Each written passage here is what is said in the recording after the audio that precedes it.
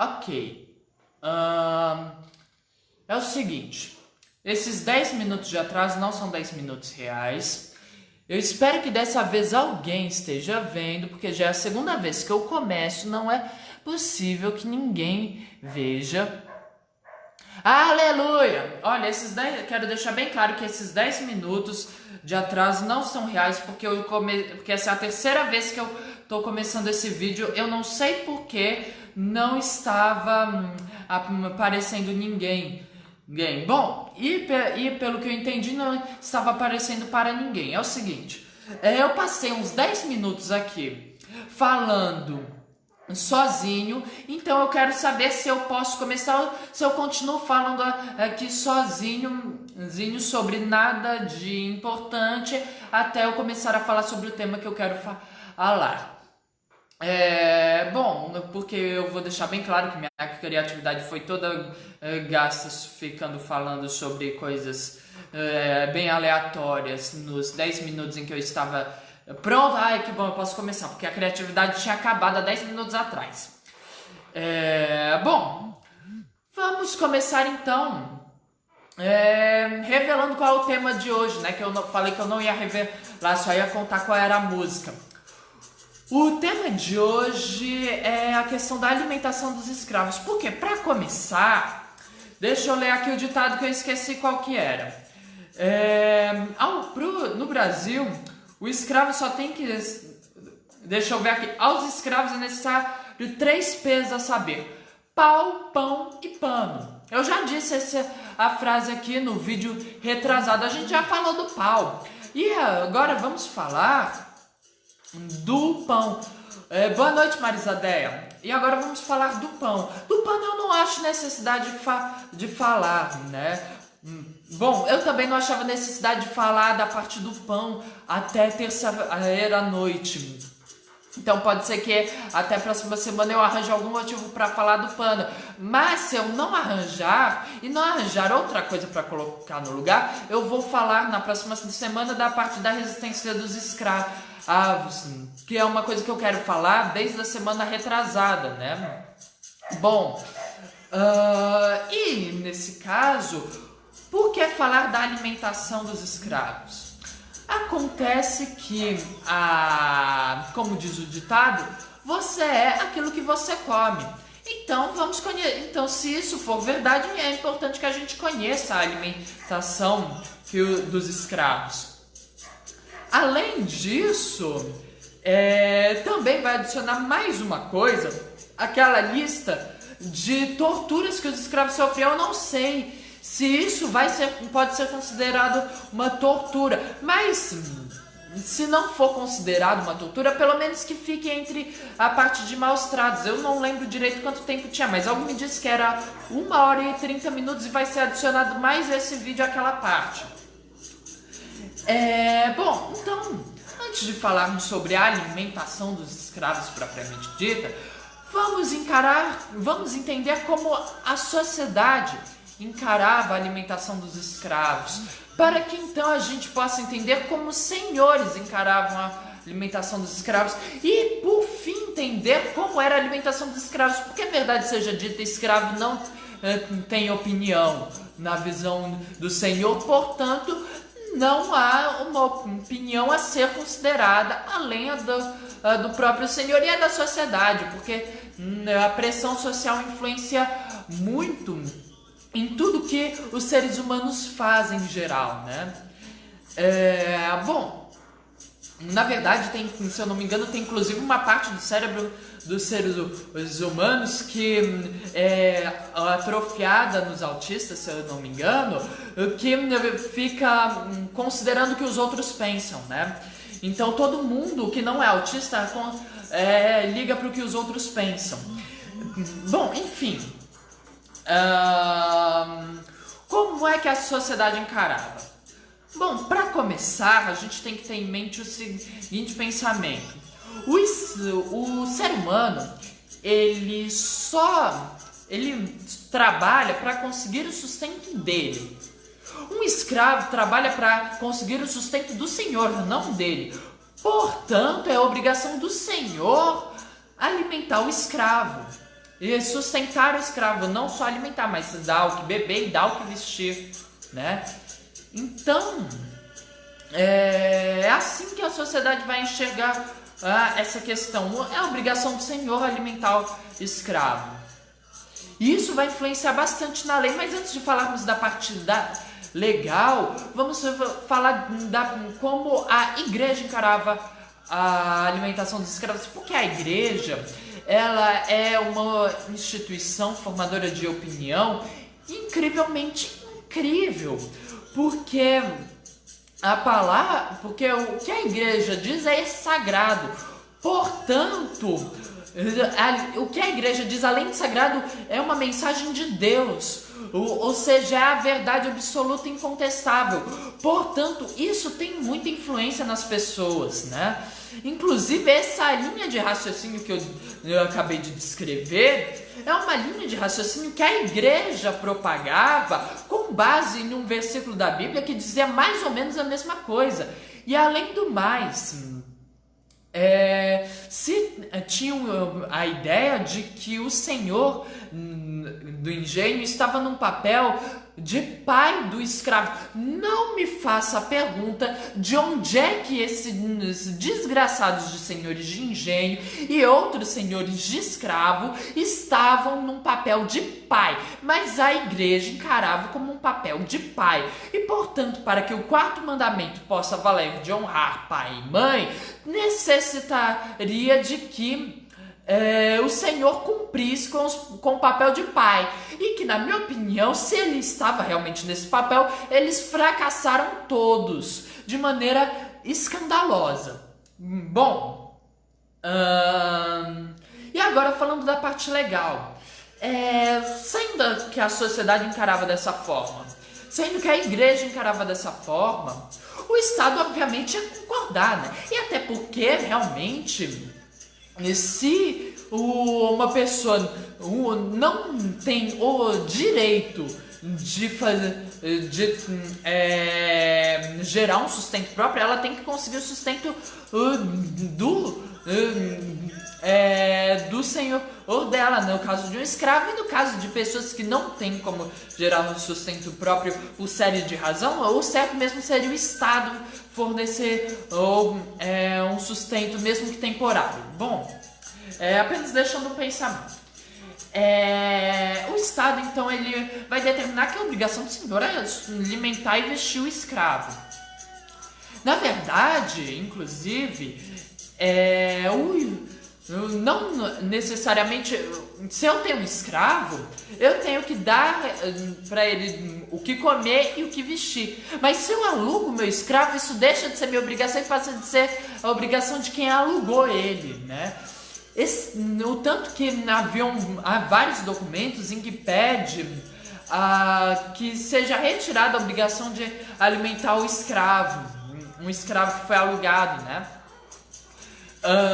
Bom, deixa eu lembrar aqui outro detalhe, né, dessa questão da alimentação como uma obrigação. O senhor, quando o escravo ia preso, o senhor tinha a obrigação de pagar a alimentação dele, de fornecer a alimentação para o escravo na prisão. E quando o senhor se negava a fazer isso, não dava, o Estado, ele permitia ao carcereiro, deixa eu ver aqui a quantia, gastar até R$20, o que no dia 1º de janeiro de 1889 equivalia a R$1,67 por dia por escravo. E aí, pelo fato desse valor ser muito baixo, o Estado se retirava da obrigação de pagar, caso o escravo morresse, o Estado não tinha obrigação de pagar o escravo e o senhor não perdia a dívida que ele tinha feito com o Estado. Muito provavelmente o escravo comumente os escravos deviam morrer por causa de desnutrição, né? Bom, além disso,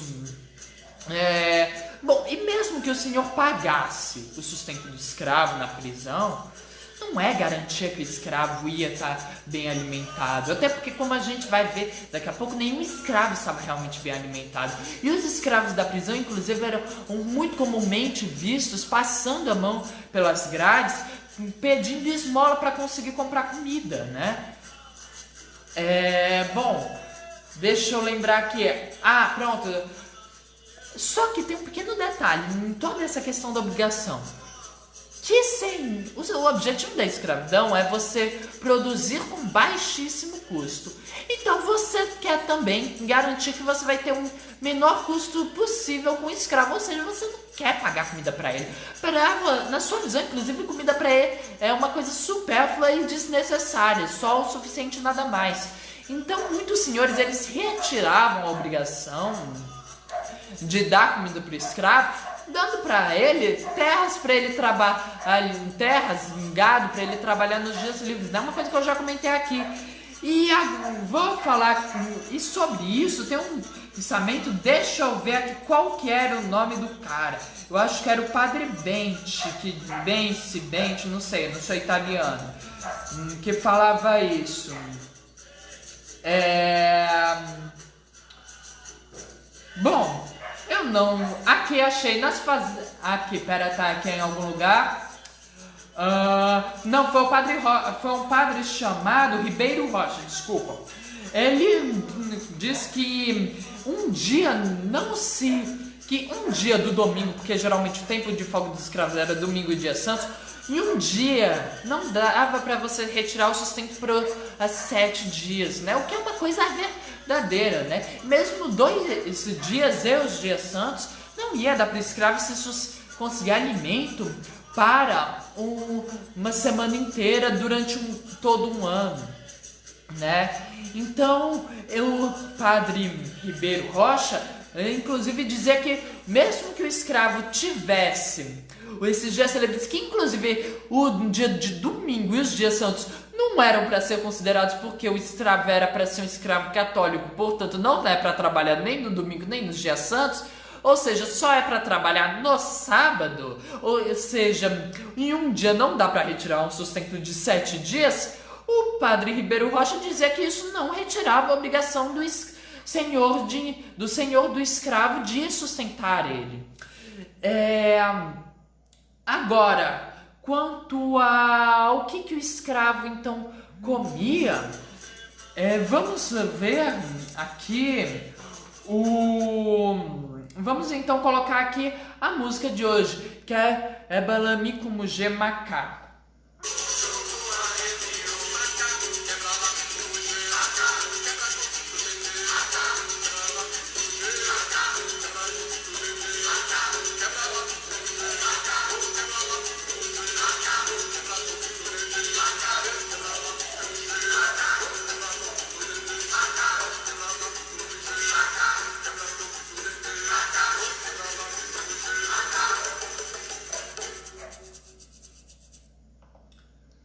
Bom, gente,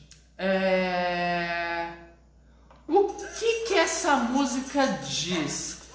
Dependendo de onde você mora, você talvez consiga entender o que a música está dizendo, dependendo de onde mora e com quem convive, né? Pela mesma razão lá que Cajuê, a maior parte das pessoas não consegue compreender o significado das palavras. E pela mesma razão de Cajuê, dificilmente alguém consegue compreender o corrido em si. O corrido, o que ele diz? Macá, ele diz, o refrão varia de Macá para macaco ou só para macá. O que o corrido diz? O refrão quebra lami como G, quebra cocu de dendê. Bom, o que acontece? Quebra lami como G é a parte mais recorrente da música. Tem gente que canta também. Nem todo mundo vai cantar o quebra-coco de dendê, né? Bom, quebra-coco de dendê, na verdade, é algo que é bem claro. É para pegar e quebrar o coco de dendê. Dendê é uma planta, né? Não sei se o coqueiro se chama Dendê ou se é só o coco que se chama Dendê. E um dia a gente vai falar do Dendê, porque o Dendê tem toda uma simbologia na capoeira, né? Mas não vai ser nesse vídeo, então vou deixar o Dendê de lado. Vou falar sobre a questão do Dendê só mais uma vez. Um outro vídeo a gente conversa sobre o Dendê. Bom... então o grande mistério na verdade fica na parte quebra-lami como G. Quebra-lami como G quer dizer quebra milho como gente, né? Bom, essa música... o óleo do coco se chama Dendê. Bom saber. Mas o coco ele também se chama Dendê ou é coco de Dendê, uma coisa assim, né? Porque eu realmente não sei, eu nunca parei para pesquisar. Algum dia eu paro. Bom, e se você souber o nome do coqueiro também me diz aí, por favor. Deixa eu lembrar que sim. Na verdade, por causa dessa música que eu decidi fazer esse vídeo. Porque como eu não sei se eu disse nesse vídeo ou se eu disse no primeiro vídeo em que eu fiz e que por algum motivo ninguém tava aparecendo e pelo que eu percebi não apareceu pra ninguém também, né? O que acontece? Deixa eu ver aqui, sim. Esse vídeo eu planejo, programo, estudo e busco material em geral para fazer esses vídeos já tem tipo uns 3 anos e meio, né? O que aproveitando para falar, eu nem acredito que consegui fazer tantos vídeos. Eu realmente pensava que se eu começasse em janeiro e fosse parar em junho, eu já teria acabando os vídeos, né? E ainda nem começou, né? Uma coisa assim que me deixou impressionado, mas enfim. Porque a gente ainda tá no começo, né? Bom, enfim. Deixa eu lembrar aqui, sim. Em nenhum desses 3 anos e meio eu tinha cogitado em fazer um vídeo sobre alimentação, né? Essa parte de alimentação surgiu literalmente há uns 2 dias atrás, mais ou menos, né? Porque foi na terça-feira à noite que eu, por causa da vídeo da semana passada, né? Que eu não estava conseguindo encontrar uma gravação que eu considerasse boa de cajueiro, de eu vi uma jararaca no cajueiro, mas eu sabia que tinha algum dos CDs que eu tinha gravado no computador, só que o problema é que eu tinha mais de 10 CDs, então eu tive que ficar ouvindo todos os CDs até encontrar 2, né? E foi assim eu só consegui encontrar eu vi jararaca no cajueiro faltando 2 horas para eu fazer a postagem que eu faço toda semana, né? Então o que acontece? Enquanto eu tô pegando os CDs e colocando quais são as músicas para da próxima vez eu não ter esse mesmo problema. E enquanto eu procurava o nome de uma das músicas do Mestre Moraes, que agora eu não faço nenhuma ideia de qual que era que eu tava procurando, eu acabei encontrando por acaso uma postagem do Mestre Moraes falando sobre um CD, acho que era o Meu Viver, que ele iria...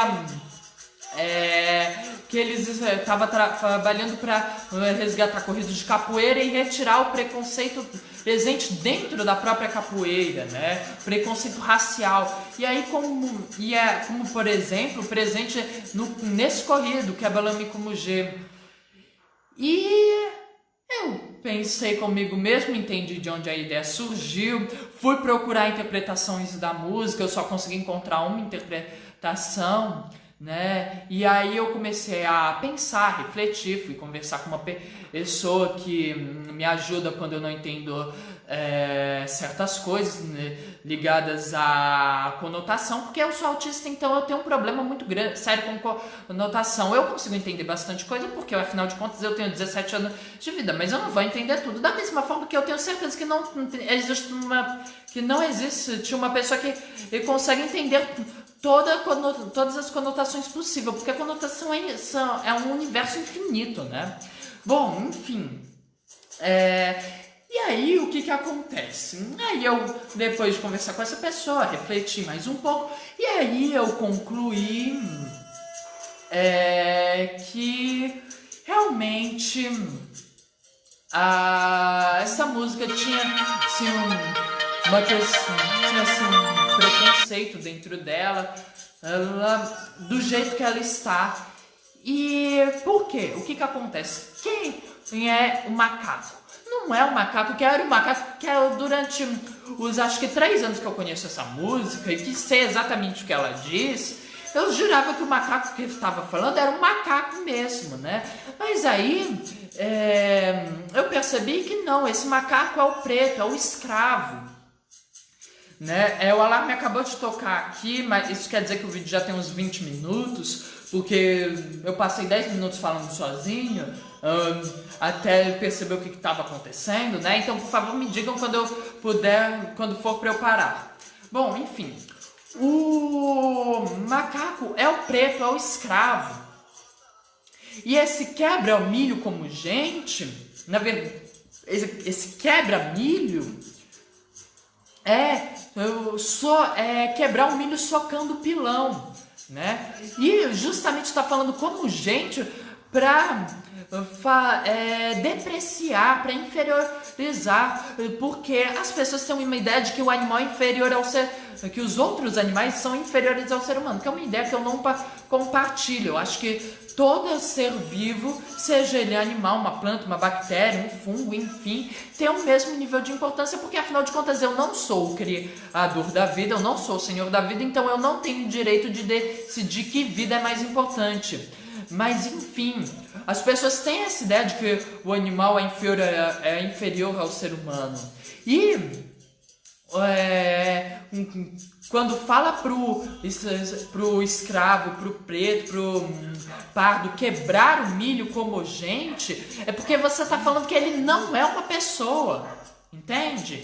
Então tem sim um viés preconceituoso. E na postagem do mestre Moraes deixou-se entender, e na postagem que eu encontrei a interpretação da música, e afirmou que há pessoas e que talvez até seria o certo abolir esse corrido. Eu vou dar a minha opinião. Abolir não é o correto, mas não é o mais correto. É que assim, tem certas coisas que não existe certo e errado. Existe só o que vai ser bom e o que vai ser mais do que bom, entende? Existe correto e mais correto. Correto é abolir esse corrido, sim. Mais correto é mudar esse corrido primeiro para não perder essa poesia popular, né? Segundo, para rememorar e para manter vivo o preconceito que os escravos sofriam, o preconceito que os pobres sofriam e o preconceito que os pobres sofrem, o preconceito que todas as pessoas que são consideradas pretas sofrem até hoje, né? Então, só que não do jeito como tá. Do jeito como tá, a gente vai estar apenas perpetuando um preconceito. O certo é alterar. E como alterar? Bom, a maneira que eu pensei em como fazer essa alteração, primeiro é necessário que a gente entenda a estrutura de um corrido. Um corrido, ele tem 4 partes básicas. Para deixar bem claro, essa estrutura foi criada por mim e as nomenclaturas são minhas. Não sei se existe alguém que fez isso antes de mim. Se existe, parabéns para você e para mim, que percebeu e teve a iniciativa de fazer isso. Se não existe, eu sou o pioneiro, que meu nome vá para a história. Bom, e que no futuro eu seja citado em algum trabalho. Para mim isso é o suficiente. Eu falo isso porque tem muita coisa que eu descubro, que eu percebo, que eu desenvolvo, o que pessoas séculos antes de mim já fizeram. Isso, na minha opinião, não retira o meu mérito, porque fui eu que descobri. Isso só quer dizer que outra pessoa fez isso antes de mim, né? E isso eu não sei se é uma coisa que acontece com todas as pessoas ou se acontece com ou se é mesmo mal de família, porque tem uma certa pessoa da minha família que algo na minha cabeça me diz que eu não devo citar nomes, né? Mas se certas pessoas que já conhecem essa história acharem que o nome deve ser citado, escreva aí, né? Que essa pessoa inventou a regra de 3, que é uma coisa genial. Ela inventou a regra de 3, né? Séculos, provavelmente milênios depois da regra de 3 ter sido criada, mas isso não importa. Se a pessoa inventou a regra de 3, essa pessoa merece todo o respeito, né? Bom, isso porque estatística eu soube que não era o dom dela, né? Bom, enfim, não sei se é mal de família ou se acontece com todo mundo, mas essa nomenclatura e essa divisão e essa percepção são todas minhas. Que bom que você acha, né? Bom, o que acontece? A estrutura básica de um corrido contém esses 4 elementos. Primeiro, o refrão. Utilizando essa música, macá, ou então macaco, ou macá, que variam por causa que capoeira começou a registrar corridos e músicas, historicamente falando, ontem, né? Assim, há muito pouco tempo atrás, mesmo que começou essa questão de registrar de maneira escrita. Então era apenas falado. Então às vezes a pessoa ouvia, então às vezes falando rápido, né? Não falava macaco, falava macaco. E aí alguém começou a falar macá ao invés de macaco. Aí acrescentaram macá por causa que percebeu que estava faltando ritmo. Ou então um dia acordou achando que tinha um na frente, né? Essas coisas. Bom, mas o fato é que a estrutura que sempre tem que ter um refrão que é repetido pelo coro. Macá, macaco, macá, ai, ai, ai, ai, Santa Maria Mãe de Deus, enfim. Tem a parte fixa do corrido para usar um outro, um que a gente já usou. Vou mandar lecô, vou mandar loiá, é a parte fixa de cajuê. Vixe, tio, aí você me ferra, voltar desde o começo. Bom, assim, a gente está falando sobre a questão da alimentação dos escravos, que era uma questão socialmente, era uma questão que a sociedade impunha como uma obrigação do Senhor, a igreja entendia como uma obrigação do Senhor, a lei dizia que era obrigação do Senhor. No caso, o Senhor, se eu pegasse o meu escravo e alugasse, esse escravo seria... Essa questão da alimentação e das vestimentas também passava a ser obrigação do Senhor que estava alugando o meu escravo. Isso valia também para a prisão. Ufa, essa brincadeira. Bom, agora eu não lembro não. Sim, eu lembro. Mandar lecô, vou mandar loiá. É a parte fixa de caju. É a parte que todo mundo canta e que vai aparecer várias vezes no que vai aparecer várias vezes enquanto você estiver cantando corrido, né? É assim que essa parte se identifica, que é a letra propriamente dita junto com o refrão. A outra parte é a parte improvisada, que é uma coisa que eu coloco a meu bel pra dizer. Por exemplo, deixa eu ver aqui um exemplo. Vixe, agora não me vem nenhum exemplo. Já sei. Ai, ai, ai, ai, São Bento me chama. Ai, ai, ai, ai, São Bento. Ai, ai, ai, ai. Ai, ai, ai, ai, São Bento me chama. Ai, ai, ai, e ai, aranha me puxa. Ai, ai, ai, ai, me joga no chão. Ai, ai, ai, ai, castiga esse nego. Toda essa parte que eu tô fazendo é uma questão improvisada. É uma coisa que eu pego e coloco que não tá na letra e que nem todo mundo vai cantar, né? Ou então Santo Antônio é protetor da barquinha de Noé. Santo Antônio é protetor da capoeira. Protetor da capoeira é uma coisa que eu coloco a meu bel prazer, né? Bom, e a outra parte, a última parte do corrido, e que, diferentemente da parte do refrão que é obrigatória, porque afinal de contas eu acredito que não tenha muito sentido você cantar um corrido sem o coro, da parte fixa, que Na capoeira não existe exatamente uma coisa obrigatória, mas que é tradicionalmente uma obrigação, da mesma forma que a parte improvisada é tradicionalmente uma obrigação, mas que não é uma real obrigação, né? Nenhuma dessas duas partes. Eu posso simplesmente ficar o corrido inteiro improvisando sem colocar a letra, posso ficar o corrido inteiro só falando o que tá na letra, né? Agora o refrão eu imagino que na capoeira, como sempre, ao refrão seja muito, é claro, é a questão da tradição, a tradição é sempre o que manda e não há exatamente uma obrigação, mas é uma coisa que meio que se torna obrigatória pela construção da roda, né? Mas o canto inicial, ele não é o único que tradicionalmente não vai ser obrigatório, né? Bom, o que é aliás, canto inicial não, desculpa. O canto introdutório. O canto introdutório é o único que não vai ser tradicionalmente obrigatório. Inclusive, tem músicas que tem músicas que não tem. Tem músicas que eu crio porque eu quero criar um canto introdutório e a função dele é introduzir o corrido.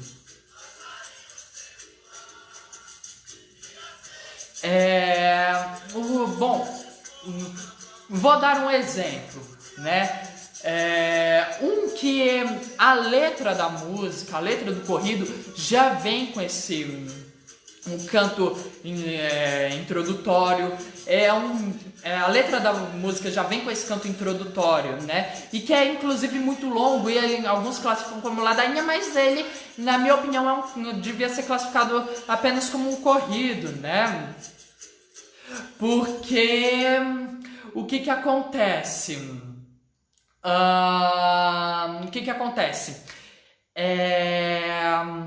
Uma ladainha, ela é cantada no início de uma roda.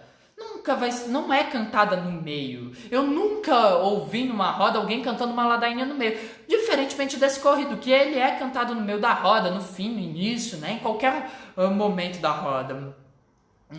Ó, tio, falta então ver o CD do Mestre Bim, porque se não eu me engano ele ia cantar lá A Aranha Me Puxa, né? Bom, mas agora eu não lembro em qual corrido, não lembro se foi nesse aí não. Bom, o que acontece? Deixa eu lembrar aqui, sim, o canto. Quando eu morrer não quero rito e nem mistério. Quando eu morrer não quero rito e nem mistério. Quero um berimbau tocando na porta do cemitério, com uma fita amarela pra lembrar do nome dela. Ainda depois de morto, besouro, cordão de ouro. Como é que eu chamo? É besouro. Como besouro, como é meu nome? É besouro. Tudo antes de como é que eu chamo? Besouro, como é que eu chamo? É esse canto introdutório. O resto é improviso, é a parte fixa, é o refrão. Outro exemplo, um dia São Benedito me disse que eu fosse aprender a jogar capoeira de Angola. Jogo de dentro ia me ensinar. Olha o jogo de dentro e de fora, olha o jogo de Angola também. Olha o jogo da capoeira, jogo bonito e não mata ninguém. Olha quem me ensinou a jogar capoeira, capoeira de Angola, jogar capoeira. Tudo antes de olha quem me ensinou é o canto introdutório. E esse também é um que vem, que a letra é com esse canto introdutório, né? Até onde eu sei foi feita com esse canto introdutório. Um outro exemplo, dessa vez, que o canto introdutório foi, eu creio que tenha sido acrescentado depois. Deixa eu ver aqui, como é que era? Era São Bento, água benta, Jesus Cristo no altar. Se tiver cobra no meio, São Bento vai me salvar. Essa cobra me morde, Senhor São Bento. Tudo antes de essa cobra me morde é esse canto introdutório. Um outro canto tem também inclusive os cantos introdutórios, eu creio que quando eles não são da letra propriamente dita, eles variam, né? Porque, por exemplo, tem esse mesmo corrido, tem um canto introdutório diferente dos CDs do Jogo de Dentro. Tem um outro que agora eu não lembro, mas que era uma coisa assim. Deixa eu lembrar aqui, era... Deixa eu ver aqui. Se eu conseguir lembrar, eu canto. Se eu não conseguir lembrar, fica sem. Perde esse exemplo. Era... Só quero capoeira se for de Angola. Tinha um começo, porque agora eu não tô conseguindo lembrar. Mas eu lembro que terminava. Só quero capoeira se for de Angola. Quero vadiar se for com você. Como tá, em Camo Gerê. Como vai, voz me ser, Camo Gerê. Tinha um começo, mas que agora eu não lembro. Que fala, só quero, meu amor, é besouro. Umas coisas assim, mas agora eu não lembro. É uma pena que eu não lembro. E eu não lembro agora de onde é que eu vi cantando, né? Mas enfim. E o que é que eu acho? Mudar o refrão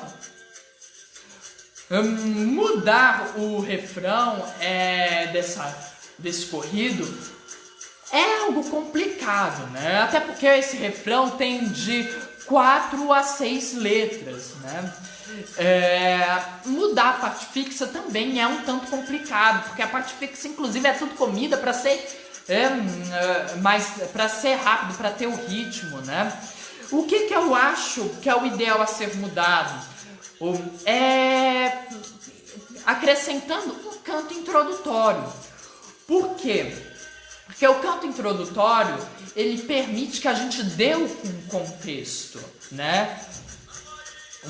E assim com o contexto, vai deixar de ser como é que se fala? Agora esqueci, me fugiu a palavra. Uma continuação de preconceito para uma denúncia do preconceito, né? Bom, eu vou falar como eu imaginei esse canto introdutório. Já vou avisar que eu não sou um compositor, mas eu escrevi uma coisa assim para dar uma ideia para quem é realmente compositor, né? Fazer uma coisa assim mais bonitinha, né? Enfim, para colocar nesse corrido. Eu agradeço se colocar nesse vídeo para poder debater e tudo, né? Bom, mas antes de falar como seria esse canto introdutório, temos que entender como é que é a alimentação do escravo. A alimentação do escravo, uma coisa que a maior parte das pessoas nem imagina.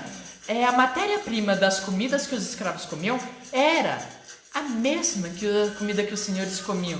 Por uma questão lógica. Em geral, a gente está falando num contexto de fazendas, onde tudo é produzido na fazenda, então tudo é consumido. Então toda a comida consumida vem da fazenda, né? Ou então, quando a gente está falando de cidades, a gente está falando de cidades que geralmente, como eu disse, exatamente, concordo plenamente, mãe. É tarefa pro Vitor Herê, né? Pro grande Herê, compositor, né? Bom, grande compositor do Volta ao Mundo, né, Herê? Então, enfim, o que acontece?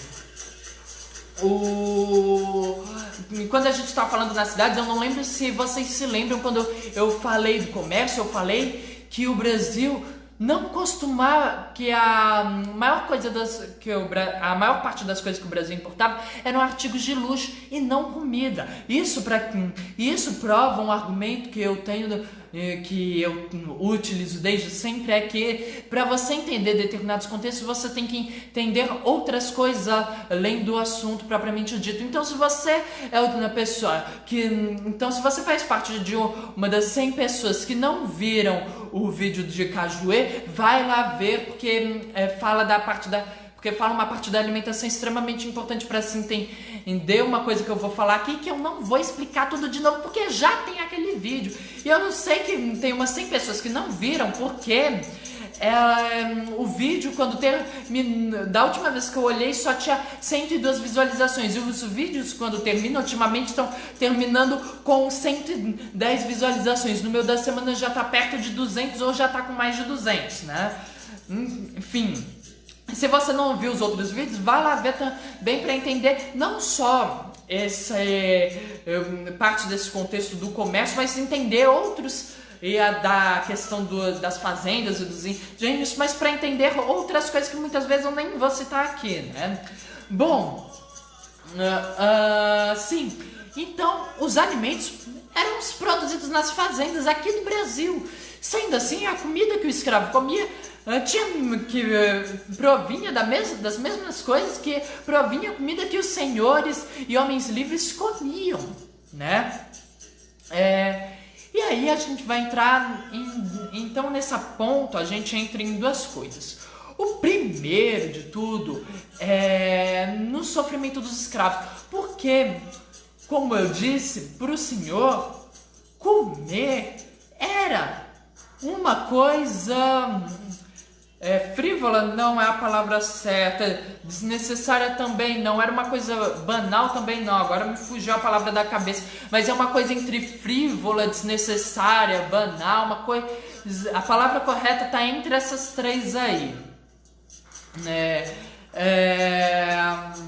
Bom, sim, tá entre essas três palavras a palavra certa que eu quero falar, mas enfim, os senhores consideravam como supérfluo, pronto, lembrei. Consideravam que o escravo comer era uma coisa supérflua, portanto, não precisava ser algo bom, precisava só algo que não ia deixar o escravo morrer de fome, né? Enquanto que para o senhor e para os homens livres, obviamente, tinha que ser uma comida boa, né? Porque era uma coisa para ser algo prazeroso. Bom, além disso, o outro ponto que a gente entra é o desejo que o brasileiro tem aqui, aparentemente, desde que o Brasil começou a ser colonizado, o desejo de ficar ostentando e querer dizer que não é pobre. Uma coisa, é um desejo que eu, sinceramente, eu não consigo compreender. Tem muitas coisas que eu falo que eu compreendo, que eu entendo, mas não compreendo. Mas essa é uma coisa que eu nem compreendo, nem entendo por que existe esse desejo de dizer que não é pobre, esse desejo de querer ficar ostentando as coisas. Eu realmente não entendo. E eu digo que é desde que o Brasil é colonizado, porque desde sempre a gente tem relatos de que os senhores, eles não gostavam, eles tinham preguiça de usar as pernas, então eles tinham 2 escravos, geralmente os mais ricos, obviamente, para ficar carregando eles em redes, né? E com um telhado, com uma espécie de telhado, um pano para cobrir o sol, que é uma coisa ridícula, na minha opinião. A palavra certa é ridícula fazer isso, né? Inclusive era o costume, especialmente no final do século XVIII e no início do século XIX, né? Para você ser considerado alguém, você tinha que ter pelo menos um escravo, né? Uma coisa assim ridícula também, né? Na minha perspectiva, pelo menos é ridículo isso, né? E a gente havia situações como a dessa imagem aqui, que é uma releitura da pintura O Jantar Brasileiro, feito pelo grande Jean-Baptiste Debray, né? Um cara por qual eu acredito que todo ser humano decente deve ter admiração, se não pelo cara, pela obra. Porque eu não sei muito sobre a biografia dele, nunca procurei saber. Algum dia talvez eu procure saber e faça um vídeo especialmente para ele, porque ele foi um cara incrível, mesmo que não tenha a ver com a capoeira. Não, eu não vou, não, talvez não, eu vou fazer quando a gente vai, depois que a gente falar sobre o período joanino, eu vou fazer um vídeo sobre o Debray, porque esse cara é um cara incrível, pelo menos o trabalho dele é incrível, eu vou descobrir se o cara é incrível, mas o trabalho dele é incrível, registra muito dos que os escravos viviam, né? Então é uma coisa interessante para nós capoeiristas e para nós brasileiros e para os seres humanos decentes conhecerem. Bom, E essa imagem mostra o que? Uma escrava abanando, miserável que está coberta de panos e que está dentro de casa. Mostra um escravo que fica a refeição inteira em pé, sem receber um grão de comida, e que está lá apenas para pegar e servir bebidas. E tem ainda uma outra que está olhando, né? Se você que fica no canto, que só tá metade dela, agora eu não lembro se é uma mulher ou se é um homem, eu acho que era uma mulher, que tá lá olhando eles comerem. E que eu penso que se ela não estiver olhando porque tá com fome, ela está olhando porque ela tem que ficar de prontidão para quando algum senhor estiver precisando de auxílio para fazer alguma coisa, né? E tem as duas crianças lá que estão comendo, que é uma questão que eu não vou, que estão recebendo comida da senhora lá, né? E que é uma questão que eu vou falar em um outro vídeo, não vou falar nesse agora, eu vou falar na parte da rebeldia mesmo. Bom, deixa eu lembrar aqui. Deixa eu lembrar, sim, onde é que eu tava? Lembrei. Então, o que acontece?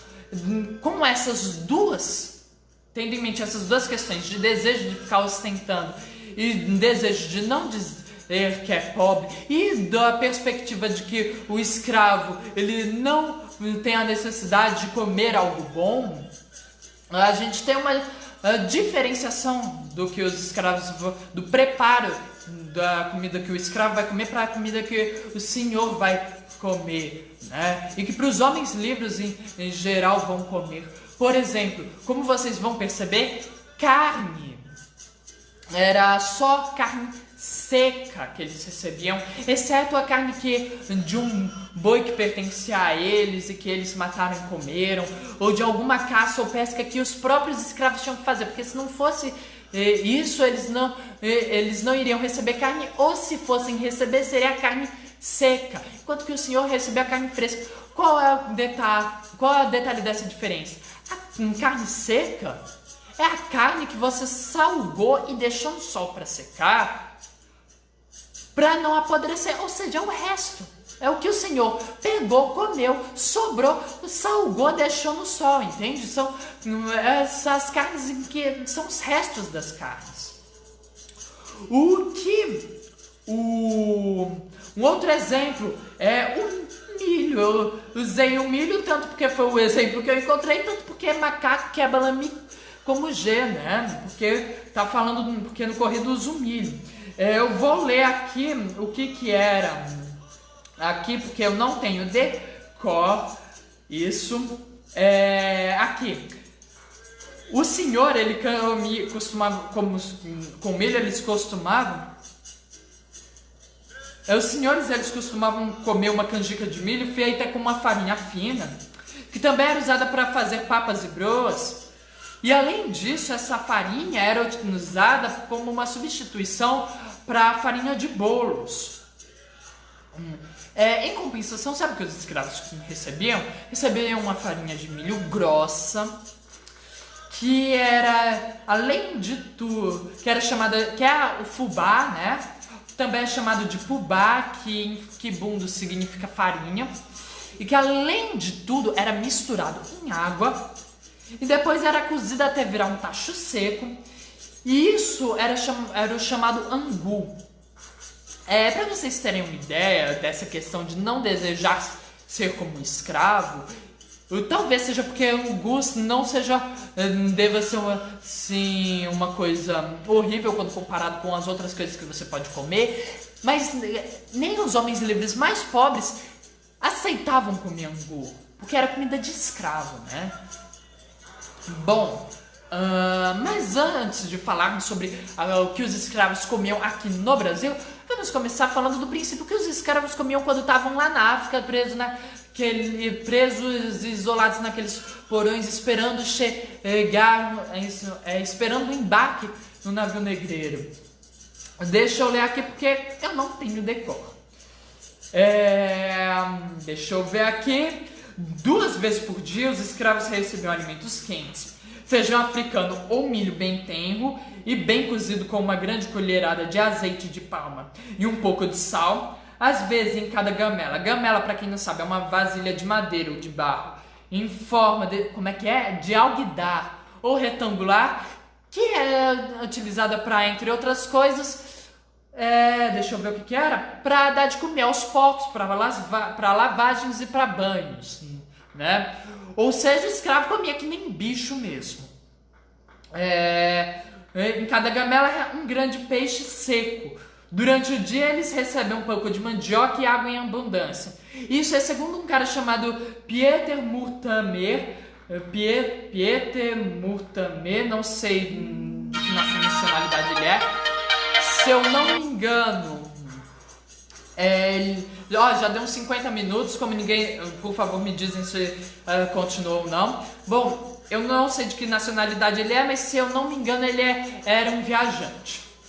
Uma vez por dia, ou um outro relato, esse é de Francesco Carletti.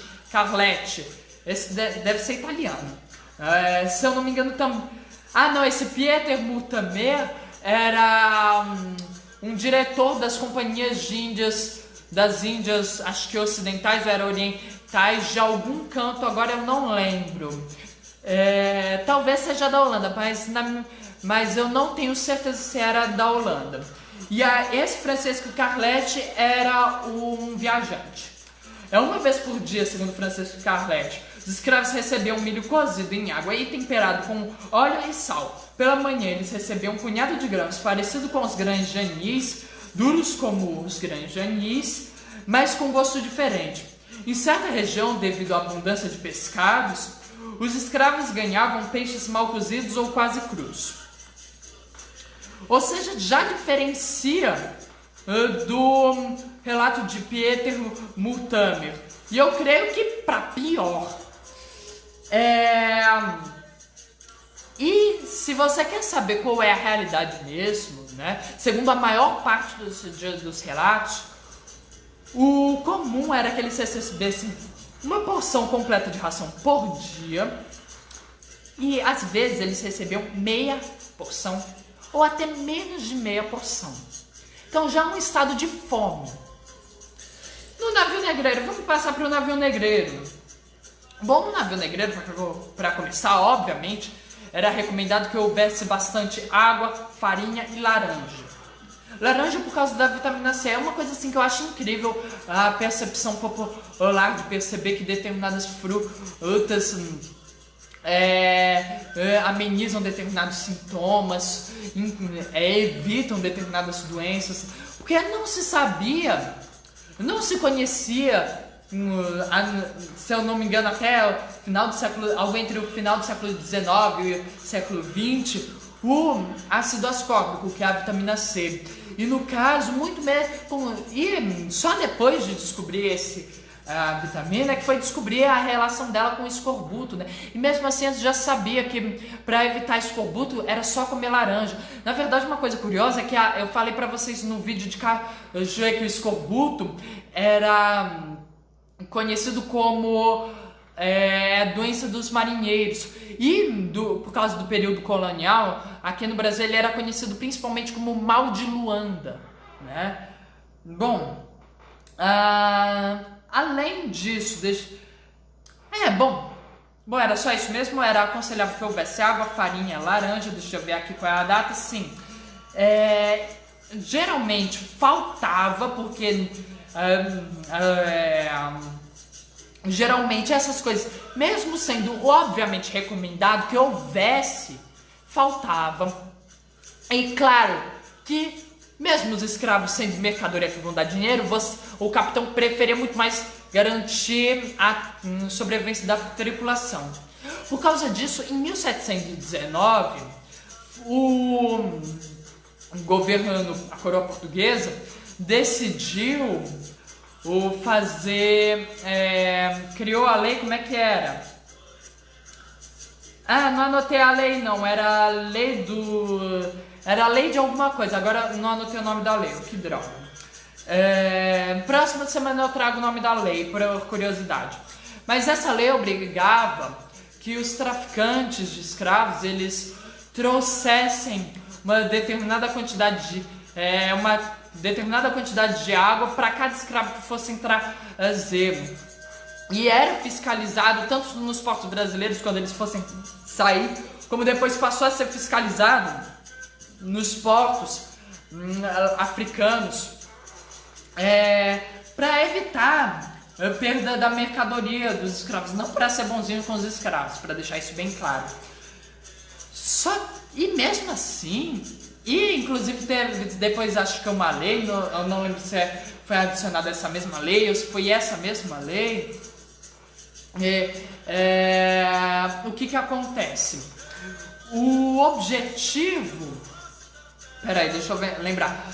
Sim, foi limitado a quantidade de escravos que se poderia ter num navio, para evitar o amontoamento de escravos, assim garantir sobrevivência de uma maior quantidade de escravos. Aí entra, não sei se é cobiça, burrice ou uma mistura dos dois, porque mesmo havendo fiscalização, tinha gente que conseguia burlar essa lei. Para você ter uma ideia, foi descoberto depois de um tempo, porque os números não estavam batendo muito, que muitos traficantes estavam embarcando os escravos, tinha uma quantidade de água, declarava uma quantidade de escravos lá no Brasil, e aí chegava aqui, embarcava mais escravos de forma que ia ficar faltando mantimentos, né? Aí começou-se a se fiscalizar a parte do porto também na África. Aí as pessoas começaram a embarcar mais escravos depois que a fiscalização passava. Eu não sei se isso é por causa da cobiça, se isso é por causa da burrice mesmo, ou se é uma mistura dos dois, porque não tem outra explicação. Porque essa lei tinha como objetivo preservar essa mercadoria, garantir que fosse chegada a maior quantidade de escravos, e mesmo assim tinha gente que burlava. Eu não sei se é uma mistura de cobiça com burrice, né? Mas enfim, isso acontecia bastante.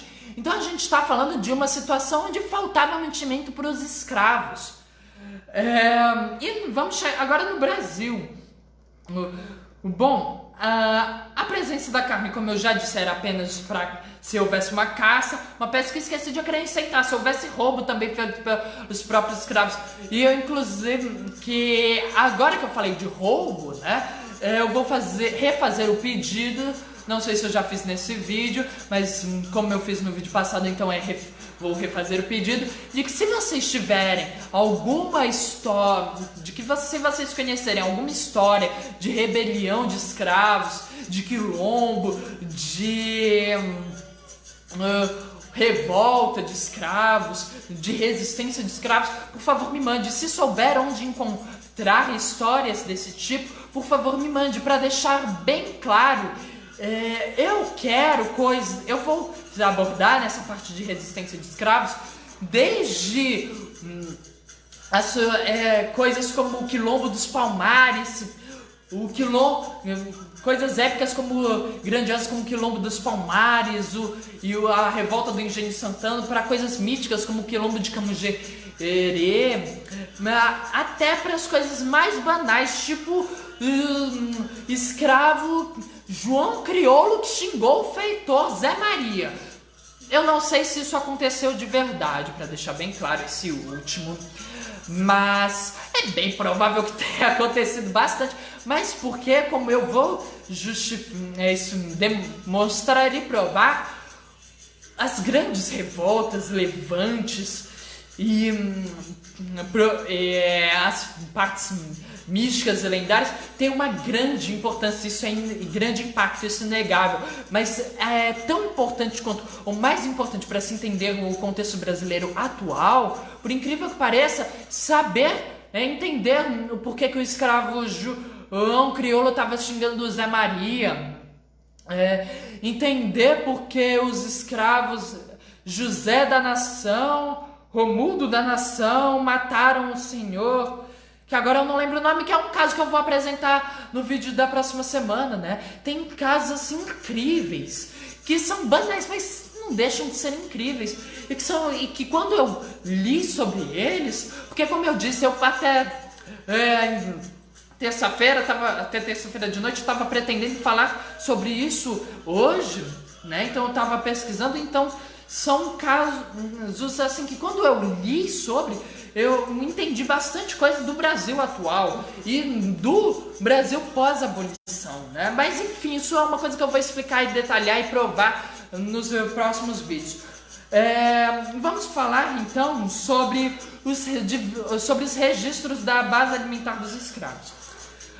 Rugendas, um cara também muito legal, Johan Moritis Rugendas, eu não sei se eu pronunciei o nome dele correto. Não, porque esse é o Eduardo Bueno, num vídeo do Eduardo Bueno, inclusive ele fala que a pronúncia correta não é nem Rugendas, é Rugendas. Como eu não sei, vou falar Rugendas barra Rugendas, pronto. Assim eu garanto que eu tô falando pelo menos o sobrenome certo. Ele registrou o seguinte, que a base era farinha de mandioca, feijão, carne seca, toucinho, banana e outras frutas refrescantes. Sam Hillary registrou que o angu era o principal alimento dos escravos. Era essa coisa feita com a farinha de milho misturada com água. Martius registrou que a alimentação dos escravos se usava quase que exclusivamente a farinha de milho. Debré registrou que os escravos se alimentavam com 2 punhados de farinha seca, descidos na boca pelo sumo de algumas frutas como bananas e laranjas. Os escravos da nação na fábrica de ferro de São João, que é um caso que que eu vou contar no próximo vídeo. Peraí, deixa eu ver essa mensagem que chegou.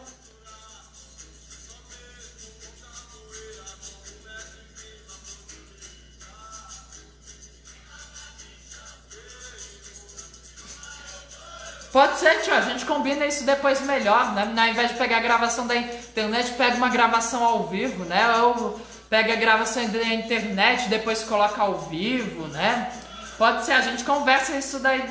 Depois que que terminar o vídeo, a gente conversa, né? Bom, esse caso dos escravos da nação são dessa fábrica, eu vou comentar no próximo vídeo porque é um caso de resistência. Eles pediram por um processo bem complexo e que tem muita coisa a ser analisada, compreendida e muita coisa muito legal, na minha opinião, né?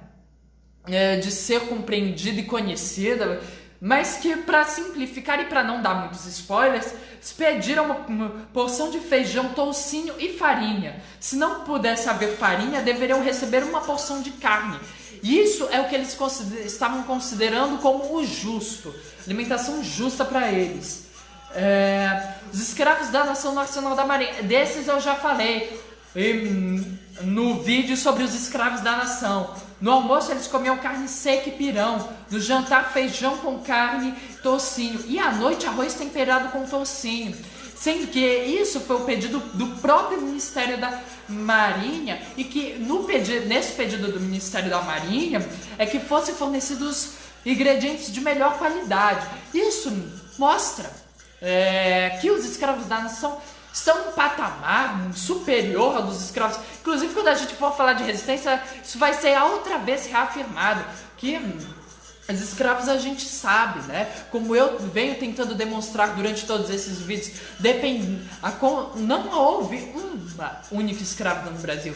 Houve várias escravidões. Houve a escravidão dos escravos dos engenhos de açúcar, dos cafezais. Não sei se o dos cafezais funcionou da mesma forma, porque eu realmente nunca parei para pesquisar, mas algum dia eu paro e se algum dia eu descobrir que não foi, eu vou me desmentir.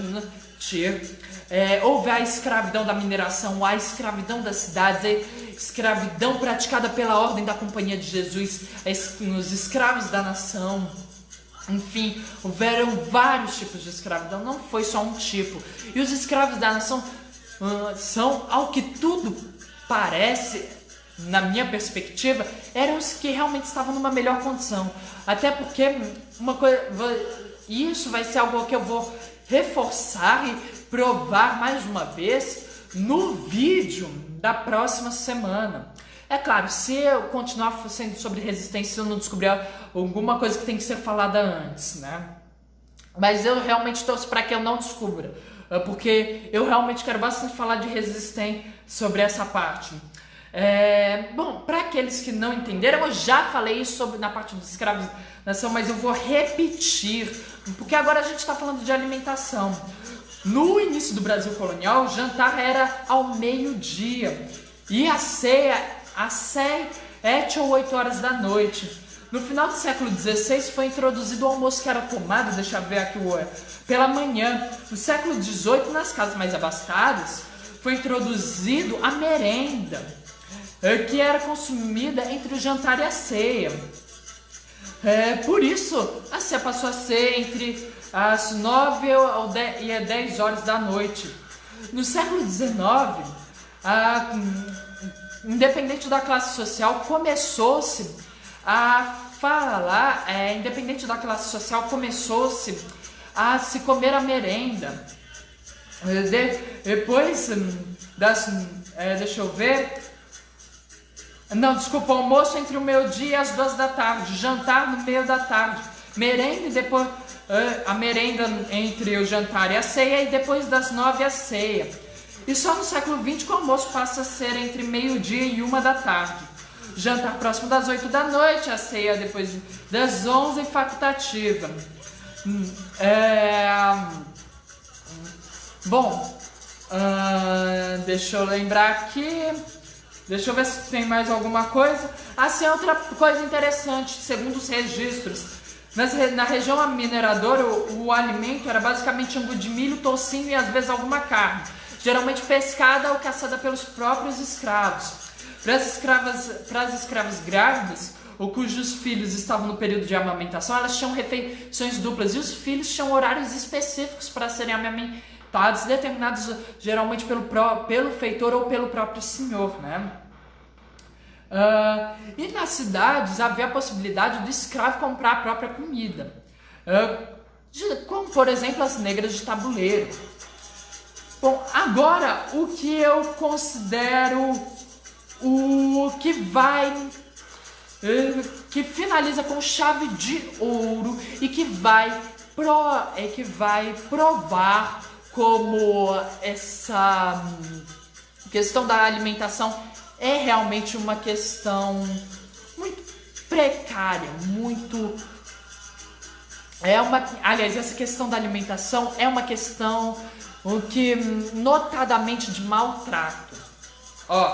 Um cara chamado Carl Seidler, não sei se pronunciei correto, registrou que no Rio de Janeiro, a capital do Brasil imperial, no caso, que ele estava no Brasil na época do Império, a alimentação dos escravos era farinha de mandioca, feijão, arroz, toucinho e bananas. E no interior do país, especialmente nas casas mais pobres, a alimentação era de farinha e laranja. Ele escreveu o seguinte, vou ler para vocês. Não se acreditaria que com semelhante alimento pudesse um homem conservar sua força e saúde. Mormente tendo trabalhos pesados, entretanto esses negros são tão fortes e sadios como se tivessem a melhor alimentação. Vou ler agora alguns religiosos escreveram. Segundo um padre jesuíta chamado Benci, ou Bente, eu tenho quase certeza que ele é italiano e eu não sou italiano, portanto e nem falo italiano, não sei se o nome está correto. Escreveu o seguinte: a crueldade de alguns senhores, até o sustento que tão liberalmente dão aos animais brutos, negam aos cativos, né? No caso, com isso, ele não está afirmando que os escravos passam um dia sem comer, mas que a alimentação era... o que ele escreveu é o seguinte: é incompatível com a quantidade de trabalho e de péssima qualidade. O que vai nos remeter, já que ele é um jesuíta, à condição dos escravos jesuítas, como tinham uma alimentação melhor, mesmo estando em fazendas, né? Ele comparou isso, ele escreveu mais ou menos o seguinte: se os escravos comessem tão bem quanto no trabalho, mais ou menos o seguinte: se os escravos comessem tão bem quanto trabalhassem, quanto a quantidade de trabalho, eu me calava nesse ponto. mas eles trabalham como mouros e comem como formigas, né? E o padre Antonil e o padre Ribeiro da Rocha concordam quanto às observações de Bense e, além de tudo, concordam com o pensamento de que o Senhor é quem deveria prover a alimentação. Então, com esse vídeo todo, a gente pode concluir o seguinte, que a alimentação dos escravos era basicamente pobre, precária, de péssima qualidade, faltavam milhares de coisas que deviam ter. Eles comiam pouco, às vezes não comiam, como vocês viram, 2 punhados de farinha umedecidos com suco de laranja. E além disso, como se não bastasse, uma coisa muito interessante que é importante notar. Vocês perceberam a presença sempre de farinha, de angu, né? Que é feito de farinha. Sabe por quê? Para encher o bucho do escravo, para o escravo não ter fome. Então os escravos, quando não estavam com fome, não estavam porque estavam com o bucho cheio de farinha, né? E agora eu vou falar o que eu imaginei assim, para ser como canto inicial de Quebra-Lame como G. Como disse, não sou compositor, então talvez não esteja bom. Eu não creio ser capaz de avaliar meus próprios feitos, porque eu acho que tudo que eu faço é perfeito. E se não está perfeito, eu não iria divulgar, né, obviamente, nem compartilhar.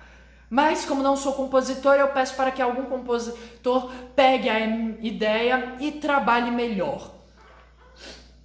Uma missão, claramente, como eu já disse, para o meu amigo Eri.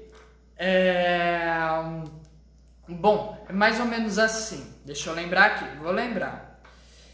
Eu estava batendo o pilão para farinha fazer, para bolo o senhor comer. Eu estava fazendo farinha para angu meu bucho encher.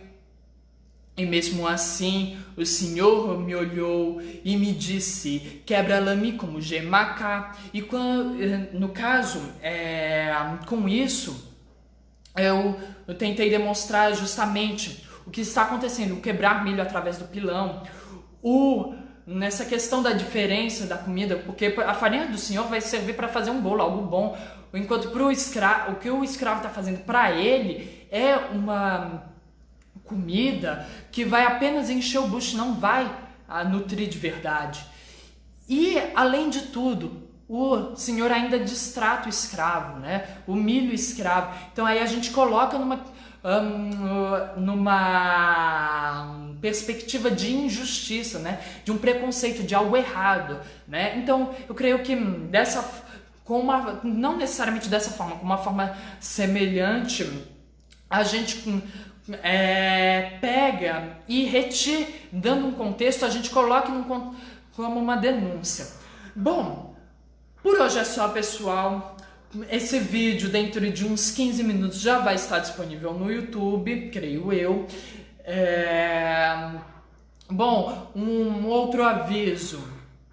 O que eu acho importante dar é que agora eu consegui descobrir como colocar os vídeos no Instagram. Já coloquei alguns, coloquei até a parte de mineração, porque o Instagram ele tem um limite de 60 minutos. E depois de mineração os vídeos começaram a ficar com mais de 1 hora, né? Porque ninguém me manda parar, então não tem razão para parar. Bom, no caso eu vou colocar 2 vídeos por semana, para não colocar tudo de uma vez, apesar de que eu já coloquei vários de uma vez, mas vou colocar 2 vídeos por semana. Eu ainda vou descobrir que dias eu vou colocar, mas o fato é que eu vou colocar no Instagram e que futuramente, quando eu estiver igual, vou estar, depois de postar no YouTube, vou postar no Instagram.